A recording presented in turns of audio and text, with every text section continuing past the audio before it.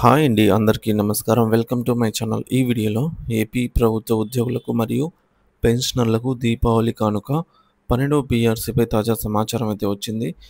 పూర్తి వివరాలు వీడియోలో తెలుసుకుందాము. వీడియో అయితే ఎక్కడే కానీ స్కిప్ చేయకుండా ఎండ్ వరకు చూసేయండి. అప్పుడు ఇన్ఫర్మేషన్ పూర్తిగా అర్థమవుతుంది. అలాగే వీడియో చూస్తున్న ప్రతి ఒక్కరు వీడియోకి లైక్ చేయండి ఫ్రెండ్స్. ఈ వీడియోని తోటి ఉద్యోగ పెన్షనర్ మిత్రులతో అయితే షేర్ చేయండి. కొత్తగా మన ఛానల్‌ని చూస్తున్నవారు ఇంకా ఎవరైనా సబ్స్క్రైబ్ చేసుకోకుంటే వెంటనే మన ఛానల్‌ని సబ్స్క్రైబ్ చేసుకోండి.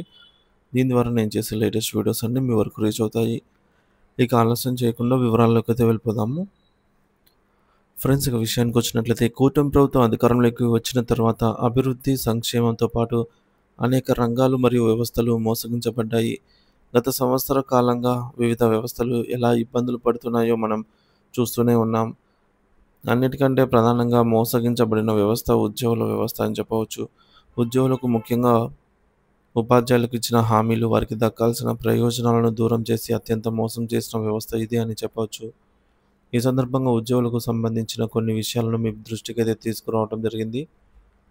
ప్రతి 5 ఏళ్లకోసారి ప్రభుత్వానికి ఉద్యోగులకు సంబంధించి పీఆర్సీ వేయడం అనేది దాని ద్వారా జీతాలను సవరించడం జరుగుతుంది. అలాగే ప్రతి 6 నెలలకోసారి డీఏ ప్రకటించడం కూడా ఆనవాయితీ.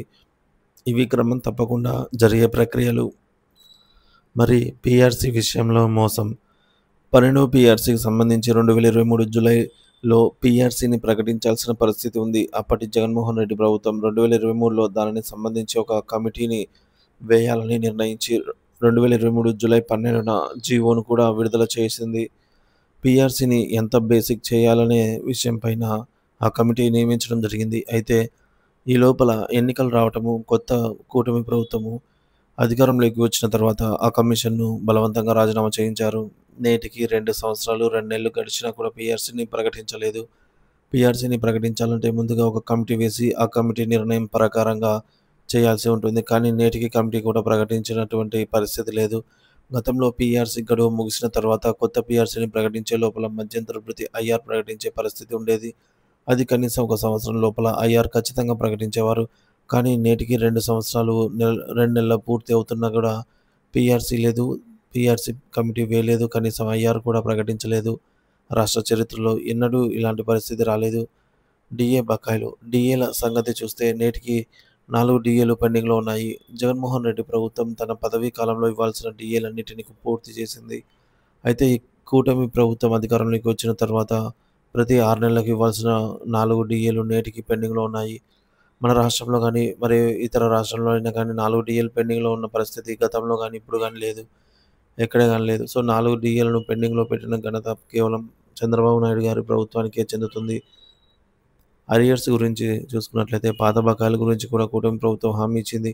కోవిడ్, సంక్షోభం లాంటి పరిస్థితుల్లో 66,000 కోట్ల నష్టం వచ్చినా గత ప్రభుత్వం ఉద్యోగులకు ఇవ్వాల్సినవన్నీ కూడా సక్రమంగా ఇచ్చింది. అయితే కొన్ని బకాయిలు మిగిలి ఉండగా కొత్త ప్రభుత్వం రాగానే వాటిని వెంటనే చెల్లిస్తామని చంద్రబాబు నాయుడు గారు ఎన్నికల ముందే చెప్పారు. సో, మీరు విడుదల చేసిన శ్వేతపత్రం ప్రకారంగా 21,980 కోట్ల రూపాయల బకాయిలున్నాయని వీరే చెప్పారు. ఆ బకాయిలను వీరు విడుదల చేస్తారని ఉద్యోగులంతా ఆశిస్తే నేటికి అది 30,000 కోట్ల రూపాయలకు పెరిగింది. అంటే పీఆర్సీ లేదు. కనీసం ఐఆర్ కూడా లేదు. డీఏలు ఇవ్వని పరిస్థితి. ఇవన్నీ కాక పాత ప్రభుత్వం నుండి మిగిలిన బకాయిల కంటే సుమారుగా 9,000 కోట్ల రూపాయలు అదనంగా ఈరోజు బకాయి ఏర్పడిన పరిస్థితి. గత ప్రభుత్వం హయాంలో ఉద్యోగులకు చేసిన మేలు. గత ప్రభుత్వం ఉద్యోగులకు మంచి చేయలేదని తాము మంచి చేస్తామని చెప్పి ఎన్నికలకు ముందు కూటమి ప్రభుత్వం అనేక హామీలు ఇచ్చింది.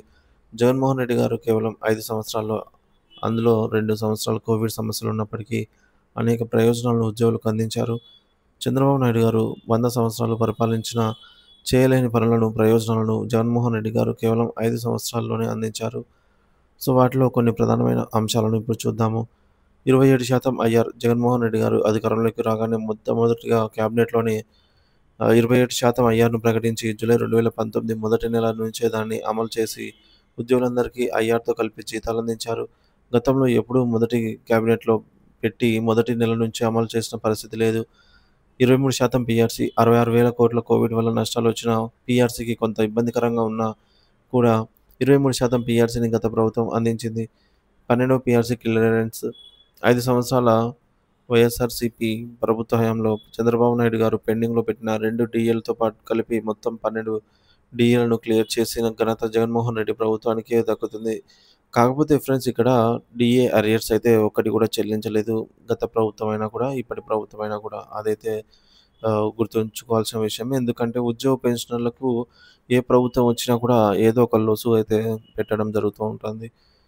కోవిడ్ ఉన్నప్పటికి కూడా 5 సంవత్సరాల పదవీ కాలంలో 12 డీఏలు ఇచ్చిన ప్రభుత్వం జగన్మోహన్ రెడ్డి ప్రభుత్వం మాత్రమే అనైతే చెప్పవచ్చు. సో, ఈ యొక్క 12 డీఏలనేవి ప్రకటించారు గానీ, దాని తాలూకా అరియర్స్‌నైతే బకాయి పెట్టడం వైసీపీ ప్రభుత్వమే మొదలుపెట్టిందనమాట. సో, 2018 జులై నుంచి ఆ బకాయిలు అలాగే కొనసాగుతూ ఉన్నాయి. ఇక ఆర్టీసీ ఉద్యోగుల ప్రభుత్వం లో విలీనం. ఆర్టీసీ ఉద్యోగులను ఆర్టీసీని ప్రభుత్వంలో విలీనం చేయాలని ఎప్పటినుంచో ఉన్న డిమాండ్ మేరకు పాదయాత్రలో ఇచ్చిన హామీ ప్రకారం వైసీపీ ప్రభుత్వం అధికారంలోకి వచ్చిన తర్వాత 6 నెలల్లోపే ఆర్టీసీని ప్రభుత్వంలో విలీనం చేసి 33,000 మందికి ఉద్యోగులకు మేలు చేసింది. కోవిడ్ సమయంలో ఆర్టీసీ కార్పొరేషన్‌లోనే ఉండి అంటే అది దివాలా తీసి ఉండేది అనైతే చెప్తున్నారు. సో, మరి ఆర్టీసీలో కూడా ఇప్పటికీ సమస్యలైతే లేకపోలేదనమాట. సో, దాన్ని ప్రభుత్వంలోకి తీసుకోవడం వల్ల నష్టాలను ప్రభుత్వం భరించి పేదవారికి సంబంధించి ఆర్టీసీ కాపాడుకోగలిగారు అని చెప్తున్నారు. ఇక ఎయిడెడ్ ఉద్యోగుల విలీనం 4,500 మంది ఎయిడెడ్ ఉద్యోగులను కూడా ప్రభుత్వంలోకి తీసుకున్నారు. వైద్య విధాన పరిషత్ ఉద్యోగుల విలీనం 10,500 మంది ఉద్యోగులు ఉన్న వైద్య విధాన పరిషత్‌ను కూడా ప్రభుత్వంలోకి తీసుకొని వారికి 010 అకౌంట్ పద్ధతి ద్వారా జీతాలు చెల్లించేలాగా జగన్మోహన్ రెడ్డి గారు చర్యలు తీసుకున్నారు. కాంట్రాక్ట్ ఉద్యోగులకు ప్రయోజనాలు. రాష్ట్రంలో 10,117 మంది కాంట్రాక్ట్ ఉద్యోగులు ఉండగా గతంలో రెగ్యులర్ ఉద్యోగులకు పీఆర్సీ అమలు చేసిన కాంట్రాక్ట్ ఉద్యోగులకు 10-15 ఏళ్లకు ఒకసారి పీఆర్సీని అమలు చేసి జీతాలు పెంచేవారు. కానీ జగన్మోహన్ రెడ్డి ప్రభుత్వం 11వ పీఆర్సీని ప్రకటించిన రోజే రెగ్యులర్ ఉద్యోగులతో పాటుగా ఈ యొక్క కాంట్రాక్ట్ 10,117 మంది కాంట్రాక్ట్ ఉద్యోగులకు కూడా పీఆర్సీని అమలు చేసి జీతాలు పెంచిన చరిత్ర ఆంధ్రప్రదేశ్ రాష్ట్ర చరిత్రలో కేవలం జగన్మోహన్ రెడ్డి గారికి మాత్రమే ఉంటుంది అనైతే చెప్పవచ్చు. అలాగే గత ప్రభుత్వ హయాంలో అంటే ఆహ్, చంద్రబాబు తెలుగుదేశం ప్రభుత్వ హయాంలో అత్యధిక ఫిట్‌మెంట్ కూడా ఇవ్వడం జరిగిందనమాట అప్పుడు. సో, ఇవన్నీ పరిస్థితులను బేస్ చేసుకొని అయితే జరుగుతున్నటువంటి విషయాలు. ప్రెజెంట్ అయితే ఉద్యోగ పెన్షనర్స్ యొక్క ఇబ్బందులు చాలానే ఉన్నాయని చెప్పొచ్చు. ఆర్థికంగా మరియు ఆర్థికేతర సమస్యలు.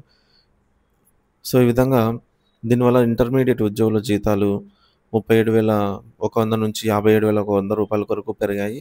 డిగ్రీ లెక్చరర్ల జీతాలు 61,960 నుంచి పెరిగాయి. అంతేకాకుండా కాంట్రాక్ట్ ఉద్యోగులకు 10 నెలలు మాత్రమే ఇచ్చి జీతాలను 12 నెలల పని చేయించుకుంటున్నందున వారికి న్యాయం చేయాలనే ఆలోచనతో 12 నెలల జీతాలు ఇచ్చిన ఘనత కూడా జగన్మోహన్ రెడ్డి గారిదే. కాంట్రాక్ట్ ఉద్యోగుల క్రమబద్ధీకరణ 20 సంవత్సరాల నుంచి తమను రెగ్యులర్ చేయాలని ఎదురు చూస్తున్న కాంట్రాక్ట్ ఉద్యోగులకు జగన్మోహన్ రెడ్డి గారు పాదయాత్రలో ఇచ్చిన హామీ మేరకు జీవో నంబర్ 114ను తీసుకొచ్చారు. ఈ జీవో 10,117 మందిని రెగ్యులర్ చేయాలనే ఆలోచనతో ఆయన నిర్ణయం తీసుకొని దానికి సంబంధించిన ప్రక్రియను పూర్తి చేశారని అయితే చెప్తున్నారు.